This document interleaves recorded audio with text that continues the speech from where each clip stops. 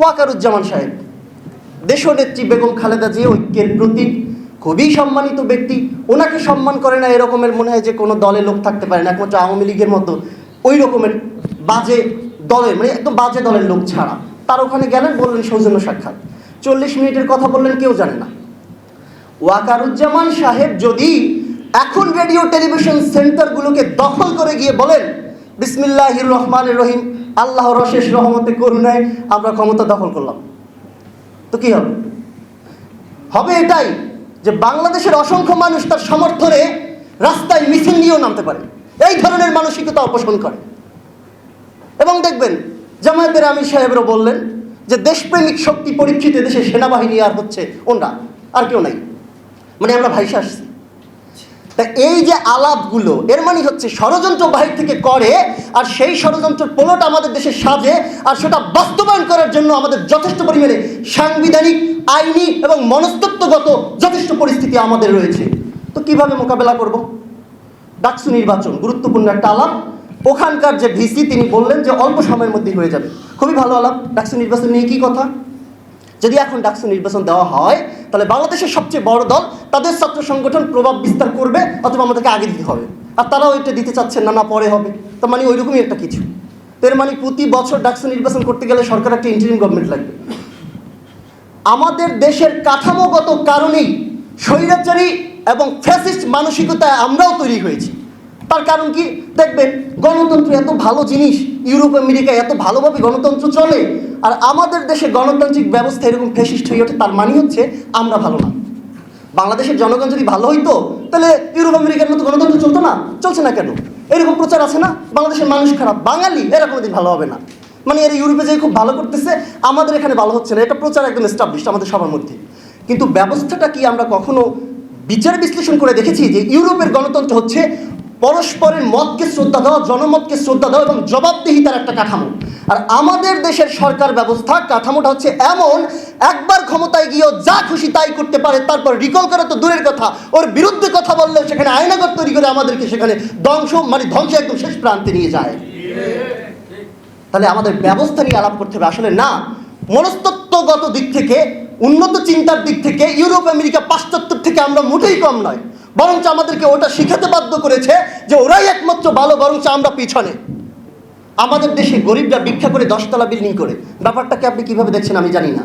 আর মানে ভিক্ষা দেয় মানুষ, আন্তরিকতা আছে, আমাদের মানবিক হৃদয় আছে, সেটাকে কাজে লাগিয়ে বাংলাদেশে নিয়ে যেই সমস্ত দেশগুলো পার্শ্ববর্তী, এটা আমেরিকা হতে পারে, চীন হতে পারে, এবং আমি সরাসরি বলছি ইন্ডিয়াও হতে পারে, সেই পোলটকে ভেঙে দিয়ে যেভাবে ছাত্ররা সরকার টেনে হিস্ট্রি নামাতে পারে, সেইভাবে টোটাল কাঠামোকে চেঞ্জ করে ছাত্ররাই বাংলাদেশকে পরিবর্তন করতে পারে। একটা ব্যবস্থাকে আপনি ভেঙে চুরে তছনছ করে দেবেন, এটা খুব সহজ। গায়ের জোর দিয়ে বড় দুর্গকেও আপনি দুলিশ্বাত করে দিতে পারেন, কিন্তু একটা কুঁড়েঘর তৈরি করতে গেলেও সেখানে প্রত্যেকটা পরিকল্পনা থাকতে হয় খুব সুন্দরভাবে।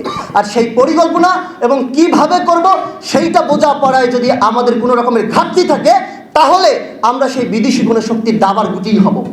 বাংলাদেশের ছাত্র সংগঠনগুলোকে এখন যেভাবে কথা বলতে হবে সেটা এমন, বাংলাদেশ এবং বাংলাদেশের বাহিরে বাংলাদেশের স্বাধীনতা, সার্বভৌমত্ব, আঞ্চলিক অখণ্ডতার বিরুদ্ধে যারাই যে কোনো রকমের ভাব নিয়ে আসে, সেটার অ্যাগেইনস্টে এমনভাবে জনগণকে বক্তব্য তুলে ধরার সময় ছাত্রদের এখন এসেছে, যাতে তারা দূর থেকেই ভয় পায়, এই ধরনের চিন্তাভাবনা থেকে দূরে সরে দাঁড়ায়। বাংলাদেশ ছাত্রলীগ এবং এই জাকপা ছাত্রলীগ যেটা বলেন, বাংলাদেশ ছাত্রলীগ বলতে আসলে আপনারা এতদিন যাবৎ যেটা দেখে আসছেন, এটা মূলত ওই সময়কার মুজিববাদী ছাত্রলীগ।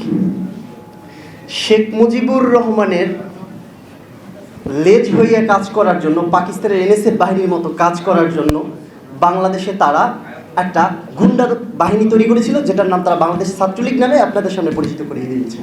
কিন্তু ছাত্রলীগের ইতিহাস সেটা হচ্ছে বাংলাদেশের স্বাধীনতা সংগ্রামের ইতিহাস, 52, 62, 66, 69-এর গণ অভ্যুত্থান এবং বাংলাদেশের মুক্তিযুদ্ধের ইতিহাস।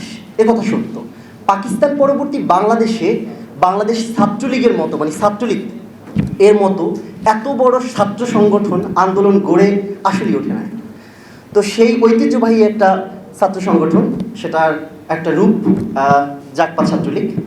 এই অনুষ্ঠানে আজকে আসতে পেরে আমি নিজেকে ধন্য মনে করছি। তো এই যে বললাম, ছাত্র সংগঠনগুলো তারা আন্দোলন সংগ্রাম করার ধারাবাহিকতায় আমরা 24-এর গণ অভ্যুত্থানে এসে পৌঁছেছি। এই 24-এর গণ অভ্যুত্থানে পৌঁছানো পরবর্তীতে আমরা যেই মোটা দাগে যে জটিল আলাপগুলোর মধ্যে পৌঁছে যাচ্ছি, তার মধ্যে একটা অন্যতম, এটাকে বিপ্লব বলবো নাকি গণ অভ্যুত্থান বলবো, এটা নিয়ে আমাদের বড় একটা সমস্যার জায়গা তৈরি হয়ে গেছে। কেউ কেউ একদম ব্যানারে লিখে ফেলেন যেটা বিপ্লব, কোনো ক্রমে এর থেকে আর পিছনে যাওয়ার সুযোগ নেই, যারা অভ্যুত্থান বলে তারা এর শত্রু। আর যারা এটাকে গণ অভ্যুত্থান বলে, যে বিপ্লবের নামে দেশকে অস্থিতিশীল করার জন্য বিশাল ষড়যন্ত্রে তারা লিপ্ত। এই ষড়যন্ত্রের আলাপ যখন দেই না, তখন আমরা একটু কাছাকাছি সময়ের ঘটনা দেখতে পারি। যে মোহাম্মদ মুইজ্জু সরকার মালদ্বীপে ভারত বিরোধী এমন রাজনীতি সে করেছে যে ওই ভারত বিরোধীতেই তাকে প্রধানমন্ত্রী বানিয়েছে, ওই দেশের প্রধান করেছে। তো মুইজ্জু সরকারকে ক্ষমতা থেকে হটানোর জন্য প্রায় 60 লক্ষ মার্কিন ডলার ইনভেস্ট করেছে। তার নথিপত্র ওয়াশিংটন পোস্ট সহ আন্তর্জাতিক গণমাধ্যমগুলোতে উঠে এসেছে। তো ভারত মানে মালদ্বীপ কতটুকু একটা রাষ্ট্র, সেখানে যদি ভারতের এই ধরনের নগ্ন হস্তক্ষেপ থাকে, বাংলাদেশের 56,000 বর্গ মাইলের চারপাশে মানে 3 পাশে যেইভাবে ভারত আষ্টে পৃষ্ঠে লেগে আছে, আমাদের এখানে সেই ইতরামি নোংরামি ভারত করছে কিনা, সেটা একটা বড় প্রশ্ন। আর সেই প্রশ্নের জায়গা থেকেই কোনো একটা কমন বিষয়ে মতবিরোধ তৈরি করে দেওয়া, এবং সেই মতবিরোধ তৈরি করে দিয়ে তাদের ওখানে দেখবেন মালদ্বীপের সেই রিপোর্টটা যদি আপনারা যুগান্তর সহ অনেক পত্রিকায় এসেছে, দেখেন যে সন্ত্রাসী সংগঠন, উগ্রবাদী সংগঠনগুলোকেও তারা টাকা দিচ্ছে যাতে মুইজ্জু সরকারকে তারা নামাতে পারে।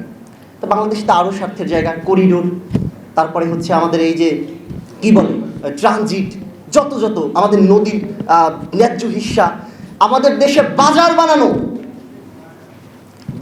খারাপ না, মুক্ত বাজার অর্থনীতিতে সবাই জায়গাতে বিক্রি করবে, কিন্তু আমাদের রহিম আফরোজ লুকাস নিয়ে তারা কি করেছিল দেখেছিলাম না, কিভাবে আটকে দিচ্ছিল। কিন্তু ওদের পণ্য, ওদের কালচার আমরা এক প্রকার গ্রহণ করে ফেলেছি। তো আমি আসলে বলতে চাচ্ছি, এই সমস্ত জায়গাগুলোকে ঘিরে যখন ষড়যন্ত্রের আলাপ থাকে, সেই ষড়যন্ত্রের অংশী হিসেবে কোনো রাজনৈতিক দল বিগত দিনে কাজ করেছে প্রকাশ্যে এবং গোপনে। ভারতের সুজাতা সিং এসে এরশাদকে চাপ দিয়ে বলেছিল অমুকপন্থীরা ক্ষমতায় যাবে, অতএব তোমাকে নির্বাচনে যেতে হবে। এর মানে আছে, তাদেরকে আমরা দেখতে পাচ্ছি। কিভাবে আমরা ঠেকাবো?